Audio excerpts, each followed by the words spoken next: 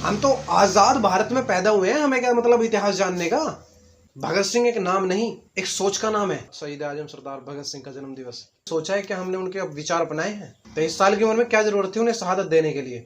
और युवा अगर इस देश को संभालेंगे तो प्रॉब्लम नहीं होगी कि हमें फांसी ना दो, क्योंकि हम फांसी के लिए हकदार नहीं है। हम तो क्रांतिकारी हैं, इंकलाबी हैं। हमें तोप के सामने खड़ा कर दो और उड़ा दो। जाति और धर्म के नाम पर ऐसी आग लगेगी। जय हिंद दोस्तों, आप सभी जानते हैं 28 सितंबर 1907 शहीद आजम सरदार भगत सिंह का जन्म दिवस। मैं एक बात कहना चाहूँगा आप सबसे। हम उनका जन्म दिवस मना लेते हैं, शहीद दिवस मना लेते हैं, लेकिन एक बार हमने सोचा है कि हमने उनके विचार अपनाए हैं? क्या हमने सोचा है कभी कि किस तरह के रहे होंगे वो, कि उन्होंने अपनी जिंदगी में कितनी स्ट्रगल की होगी? उन्हें क्या जरूरत थी देश की सेवा करने के लिए? उन्हें क्या जरूरत थी शहीद होने के लिए? 23 साल की उम्र में क्या जरूरत थी उन्हें शहादत देने के लिए?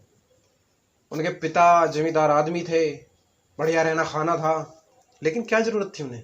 जरूरत ये थी, और भारत को वो अपनी माँ मानते थे, और माँ को जंजीरों में जकड़ा हुआ देखने वाला कोई ही सपूत होगा।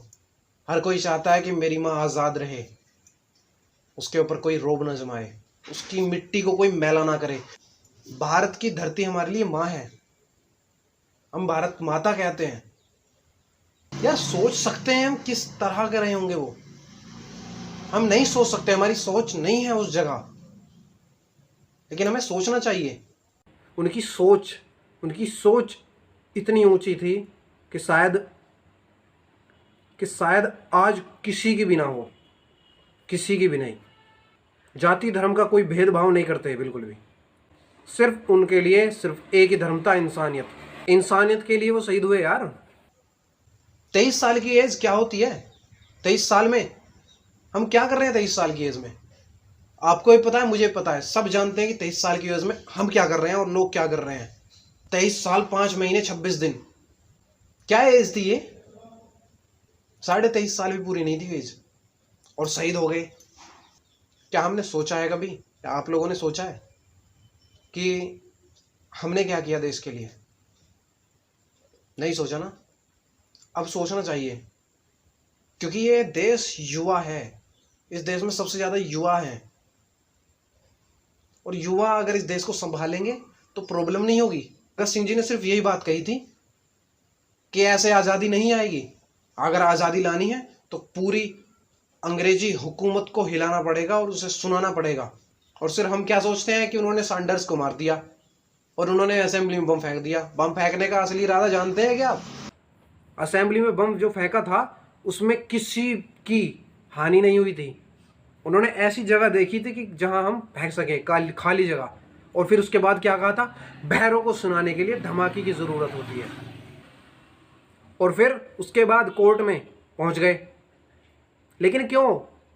क्योंकि उनकी आवाज पूरी दुनिया, पूरे भारत के लोगों तक पहुंचनी थी, इसीलिए वो कोर्ट में गए। और आज हम इंकलाब जिंदाबाद के 2 नारे लगा दिए, उसके बाद हम देशभक्त हो गए। वाह, ऐसे देशभक्ति नहीं होती साहब। विचार अपनाओ यार। जब तक हम उस बंदे के विचार नहीं अपनाएंगे, हम कैसे उसके साथ इंसाफ कर देंगे? उनसे कहा गया आप माफ़ीनामा दे दो, आपकी सज़ा कम हो जाएगी या आपको फांसी नहीं दी जाएगी। तो उन्होंने पता है क्या किया? उन्होंने लेटर लिखा, और उस लेटर में पता है क्या लिखा था? कि हमें फांसी ना दो, क्योंकि हम फांसी के लिए हकदार नहीं हैं। हम तो क्रांतिकारी हैं, इंकलाबी हैं। हम स्वतंत्रता के लिए लड़े हैं। हमें तोप के सामने खड़ा कर दो और उड़ा दो, या गोली मार दो।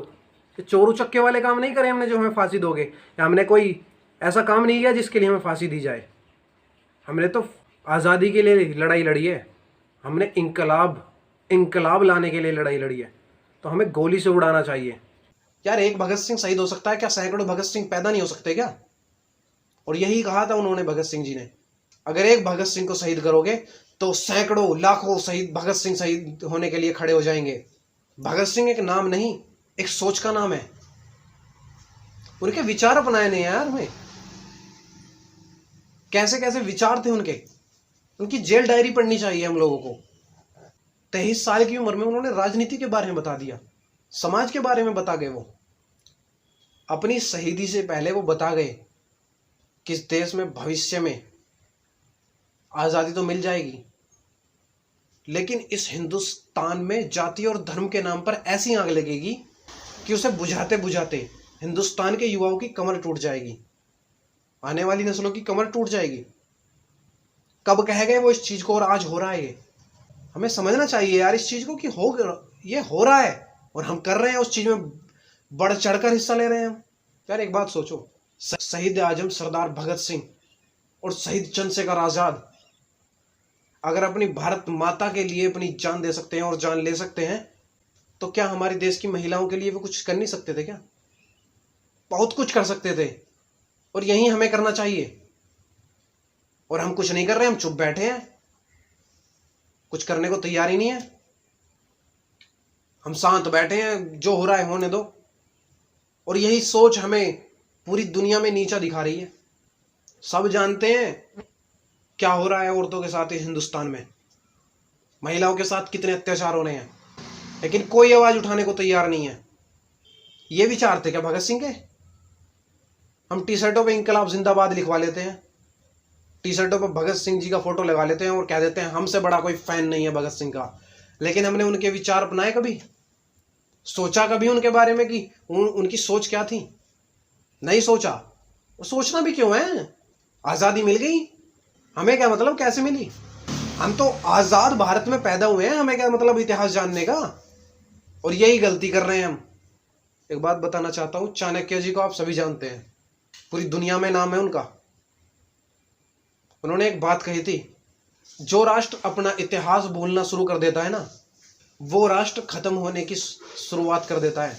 क्योंकि इतिहास से हमें सीख मिलती है, हम क्या गलत कर रहे हैं और क्या हमें नहीं करना चाहिए और क्या हमें करना चाहिए।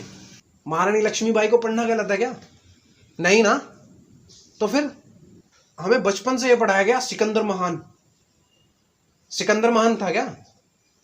उसके सामने भारत की रक्षा करने के लिए खड़ा होने वाला पोरस महान नहीं था।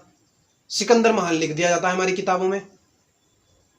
हमें तो नहीं पढ़ना सिकंदर महान। जो आक्रमण करने आया वो महान बता दिया, और जो उसके सामने खड़ा हो गया पोरस, उसका कहीं नाम नहीं है। उसकी एक लाइन बस बना दी, हाँ ठीक है ये हो गया, ये है ये, बस। यार कर क्या रहे हैं हम? इतिहास भूल रहे हैं। और भगत सिंह जी की जेल डायरी देख लेना, आपको पता चल जाएगा कि उन्होंने कितनी किताबें पढ़ी हैं, कितना इतिहास पढ़ा है पूरी दुनिया का।